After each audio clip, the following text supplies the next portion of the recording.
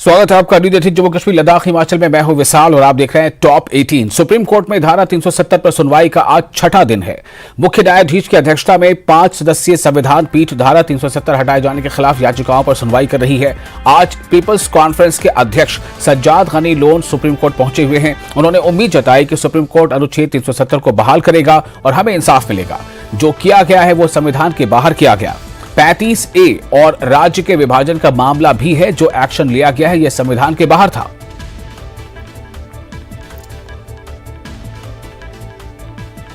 Grateful to the esteemed lawyers who have given voice to the voiceless people of Jammu and Kashmir, who have been threatened into silence through the barrel of gun, through coercive measures like PSA, UAPA, NIA, ED, SIA, SUI, all draconian laws and weaponized agencies, जिससे जम्मू कश्मीर के लोगों को पिछले 4 साल से खामोश कराया जा रहा है। कोई वहां पर जिस तरह मैंने देखा आज सुप्रीम कोर्ट में जिस तरह 370 के ऊपर डिस्कशन और डेलिब्रेशंस हो रही हैं, आप जम्मू कश्मीर में एक आम जम्मू का, कश्मीर का, लद्दाख का बंदा इस पे बात नहीं कर सकता। अगर बात करेगा तो उसको जेल में डाल देते हैं। तो जो आज discussions and the debates that are the arguments that are going in the supreme court, that has exposed the ruling party BJP how they misuse their brute majority in the parliament to subvert the Indian constitution, thus desecrating the parliament which is known as the temple of democracy। यानी temple of democracy को भी इन्होंने एक हिसाब से अपवित्र कर दिया। अपने ब्रूट मेजॉरिटी से एक ऐसा कानून लाया, एक ऐसे कॉन्स्टिट्यूशन को सबवर्ट किया जिस कॉन्स्टिट्यूशन ने जम्मू कश्मीर के लोगों को एक स्पेशल स्टेटस दिया था। आज उसको भी इन्होंने अपने जो वोट की खातिर बिना किसी मतलब के अनकॉन्स्टिट्यूशनली उसको खत्म कर दिया। टुडे आज हमारा special status is not on trial. Let me be very clear about it. It's the idea of India that JK Jammu Kashmir, the erstwhile Jammu Kashmir wedded itself to, though even though being a Muslim majority, जिस idea of India के साथ हमने हाथ मिलाया है, आज उसका मुकदमा अंदर चल रहा है। आज हमारा मुकदमा अंदर नहीं चल रहा है। It's the constitution of this country जिसने हमें गारंटीज दी कि being a unique state, having a unique identity, जिन्होंने हमें इंश्योर किया they give them certain safeguards कि हमारी आइडेंटिटी जो है वो बरकरार रहेगी। That constitution of India is on trial.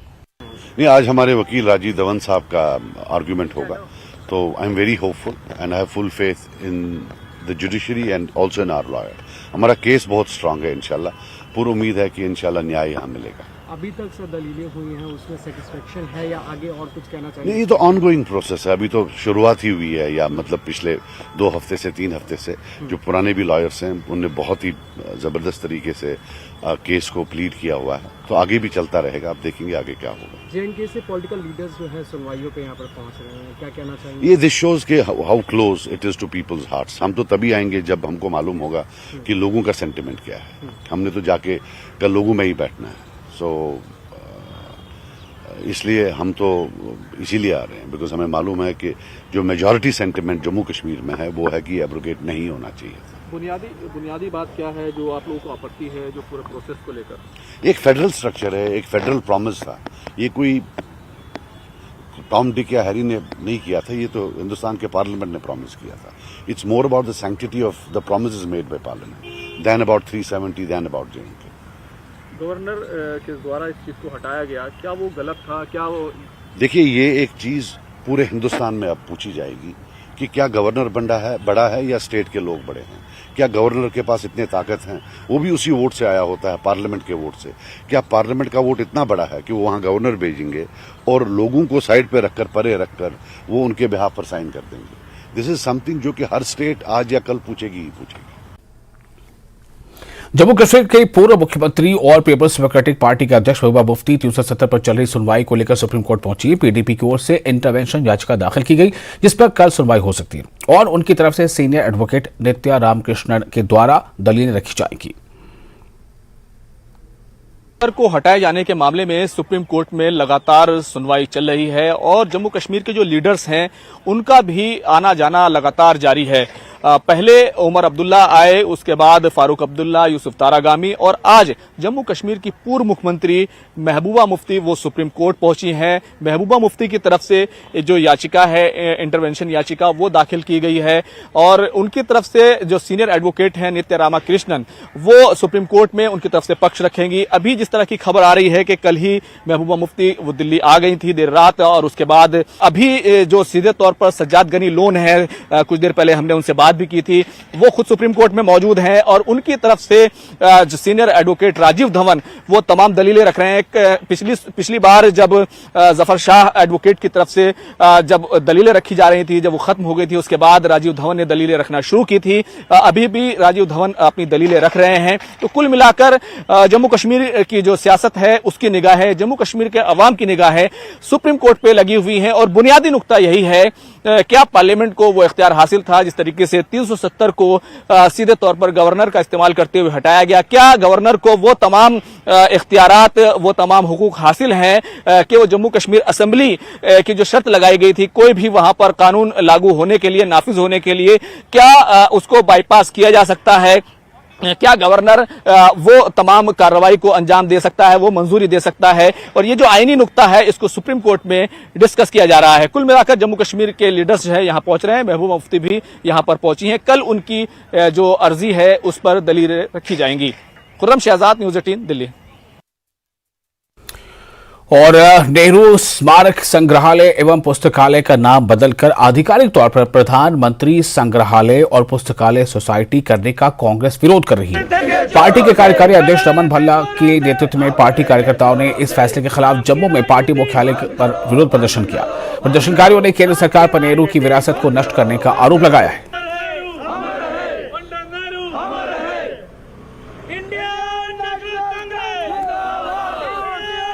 जो यहाँ पे कांग्रेस ऑफिस है जम्मू में, यहाँ पे जो पार्टी के वर्किंग प्रेसिडेंट है रमन भल्ला, उनकी अध्यक्षता में यहाँ पे एक जोरदार प्रदर्शन पार्टी हेडक्वार्टर के सामने इसके खिलाफ जो डिसीजन सरकार ने लिया है, केंद्र सरकार ने, इसके खिलाफ किया जा रहा है। इन लोगों का कहना है, इनका इल्जाम है कि जो पंडित जवाहरलाल नेहरू है उस जैसी शख्सियत का नाम, उनकी शख्सियत पे जो म्यूजियम का नाम रखा गया था दिल्ली का, दिल्ली में जो म्यूजियम है और म्यूजियम एंड लाइब्रेरी, उसका नाम जिस तरह से चेंज किया गया, ये बहुत ही गलत है और ये इससे बीजेपी जो है वो एक्सपोज हो गई है।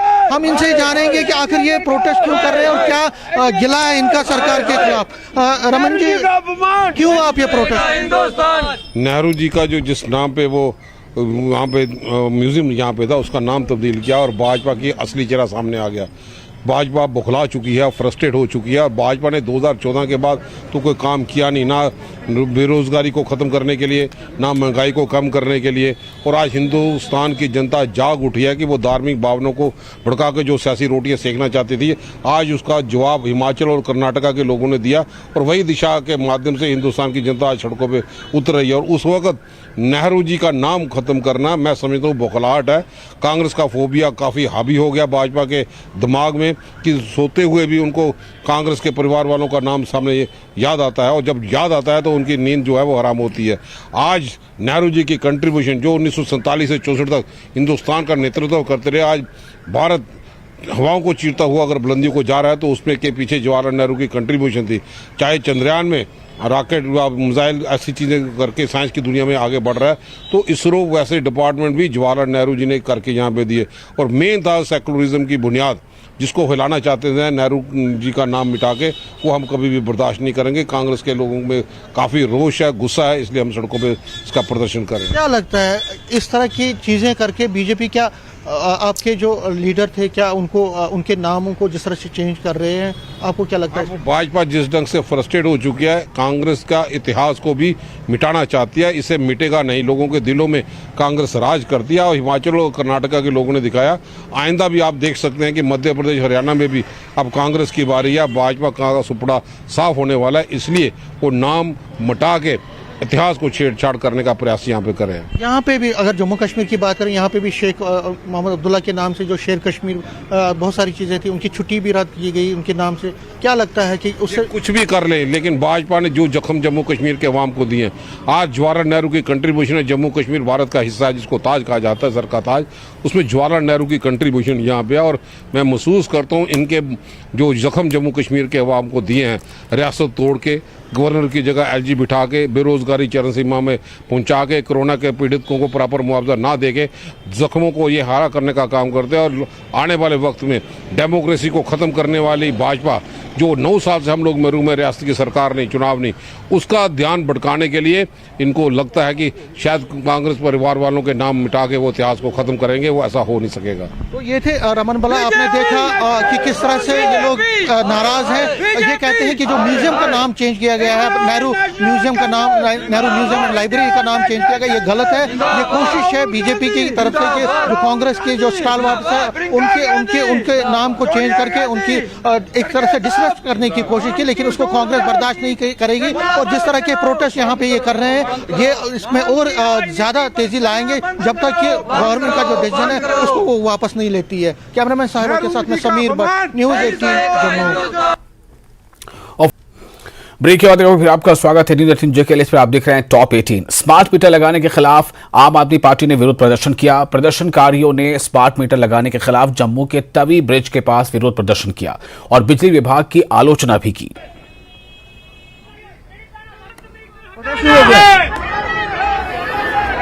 मीटर को हटाना है, जम्मू कश्मीर को बचाना है। जब पूरे देश में स्मार्ट मीटर नहीं, तो अमित कपूर जम्मू में स्मार्ट मीटर नहीं लगने देगा। चाहे जितने पर्चे लगाने हैं लगा लो, जो करना है कर लो, लेकिन जब पूरे देश में स्मार्ट मीटर लगेंगे फिर हम जम्मू कश्मीर में स्मार्ट मीटर लगने देंगे। देखिए, हम लोगों की डिमांडों को लेके आज रोड के ऊपर निकले हैं। आम आदमी पार्टी के कार्यकर्ता भी हैं, आम जनता भी है। जिस तरह से आप लोगों की परेशानी बढ़ते हुए दे रहे हैं, आज की डेट में लोगों को खाना नसीब नहीं हो रहा। ये इतने मीटर, स्मार्ट मीटर, ये हर वर्ग के जो इंसान लोग हैं उनको जब भूखा मारने की सोच रहे हैं, ये सब कुछ बाहर की जनता को प्रोवाइड करने की सोच रहे हैं। इसलिए हम एलजी मनोज सिन्हा से यही अपील करते हैं। हम यही कहने कि देखिए, ये गरीब लोगों के लिए बहुत मुश्किल प्रॉब्लम आ गई। जिसकी इनकम 10,000 रुपया महीना होगा, वो बच्चों को पढ़ाएगा, सिलेंडर भराएगा या खर्चे अफोर्ड करेगा। ये तो आज का जो हमारा प्रोटेस्ट है ये स्मार्ट मीटरों को लेकर है। और स्मार्ट मीटरों में इतनी धांधली निकली है और इतनी धांधली हो रही है कि गरीब आदमी की थाली से रोटी भी छीन कर ले एलजी साहब लेके जा रहे हैं। तो जब तक स्मार्ट मीटर नहीं हटेंगे तब तक ये प्रोटेस्ट इसी तरह सड़कें बंद करता रहेगा। और पुंछ जिले के मेंढर के आधा दर्जन से ज्यादा गांव में सुरक्षा बलों का तलाशी अभियान जारी है। मेंढर उपमंडल के 6 से 8 गांव में सुरक्षा बलों का संयुक्त रूप से घेराबंदी एवं तलाश अभियान जारी है।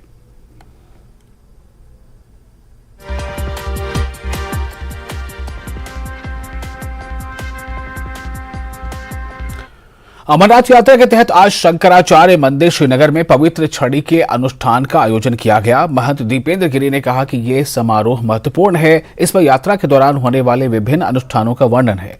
छड़ी को डलगेट में जबरवन पहाड़ियों पर स्थित मंदिर में ले जाया गया।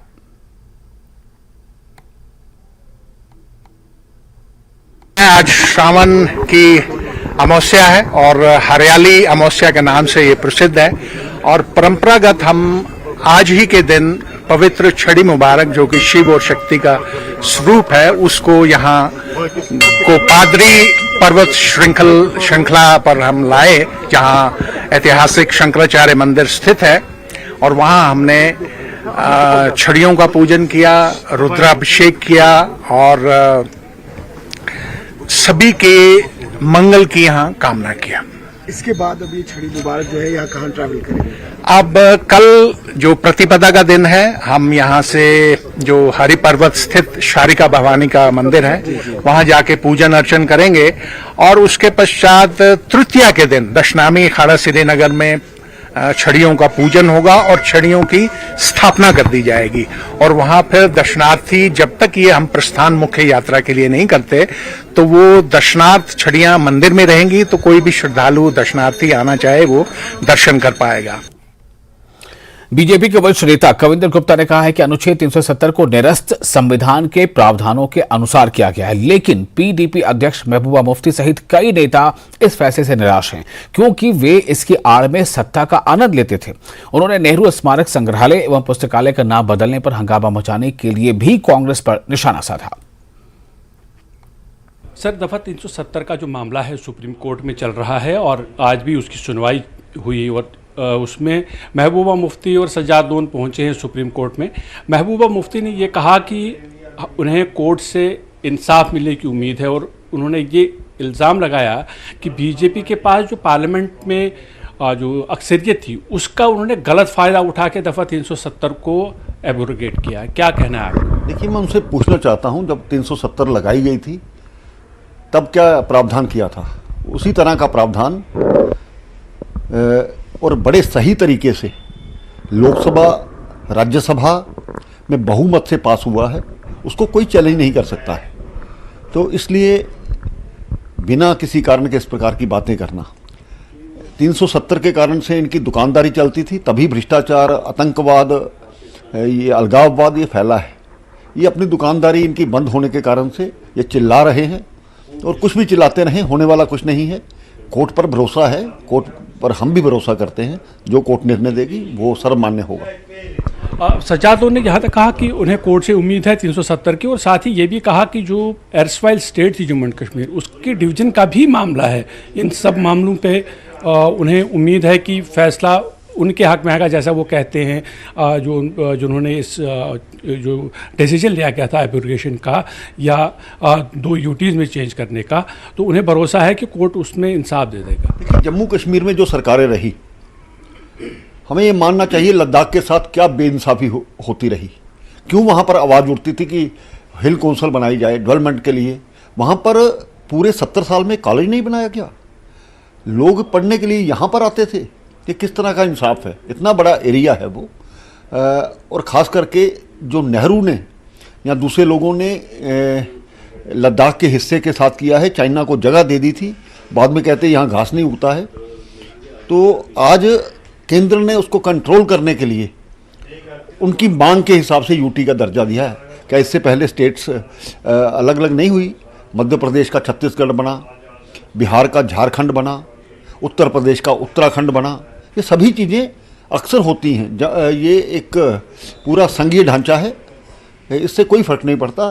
जिस प्रकार से हालात आप लोगों ने किए थे यहाँ की पहली सरकारों ने, उसके कारण से इसका निर्णय लेना जरूरी था। तो जवाहरलाल नेहरू मेमोरियल जो म्यूज़ियम लाइब्रेरी है उसका नाम बदल दिया गया है, उसको प्राइम मिनिस्टर्स के नाम के साथ जोड़ दिया गया है, यानी prime ministers museum and library. उस पर कांग्रेस बहुत खफा है। कांग्रेस का ये कहना है कि जिस तरह से ये नाम बदले जा रहे हैं वो जवाहरलाल नेहरू का अपमान है, वो ये नहीं सहेंगे। जम्मू में भी इस बारे में एक प्रोटेस्ट आज हुआ है, आपका क्या कहना है? देखिए, अगर प्राइम मिनिस्टर के नाम से लाइब्रेरी रखी थी, कुछ उसमें हर्ज नहीं है। समय समय पर प्राइम मिनिस्टर्स भी बदलते हैं और नेहरू भी तो प्राइम मिनिस्टर थे। अगर उसका नाम रखा है, इससे कोई मुझे लगता है कि इसका डेमॉन्स्ट्रेशन करने से, एजिटेशन करने से कोई जरूरत नहीं। जो भी प्रधानमंत्री आएगा उसके नाम पर लाइब्रेरी होगी, इसमें गलत क्या है? और तुराल के आरेपुल स्थित एनटीपीएचसी में मेडिकल स्टाफ की कमी के कारण स्थानीय लोगों में नाराजगी है। अस्पताल में डॉक्टरों, टेक्नीशियन की कमी की वजह से मरीजों को परेशानियों का सामना करना पड़ रहा है। अस्पताल में डॉक्टरों के नहीं रहने से मरीजों को दूर के अस्पतालों में इलाज कराने को मजबूर होना पड़ रहा है। स्थानीय लोगों ने प्रशासन से अस्पताल में स्टाफ उपलब्ध कराने की मांग की है। हुकूमतें आई है, आज तक इस आरिपल को नजरअंदाज किया गया है। खुशकिस्मती यह है कि आज 2 साल पहले यहाँ तहसील बनाया गया है, तो लेकिन तहसील बनाकर भी इस अस्पताल को और बाकी अखराजात जितने भी तहसील में होते हैं कभी अपग्रेड नहीं किया है।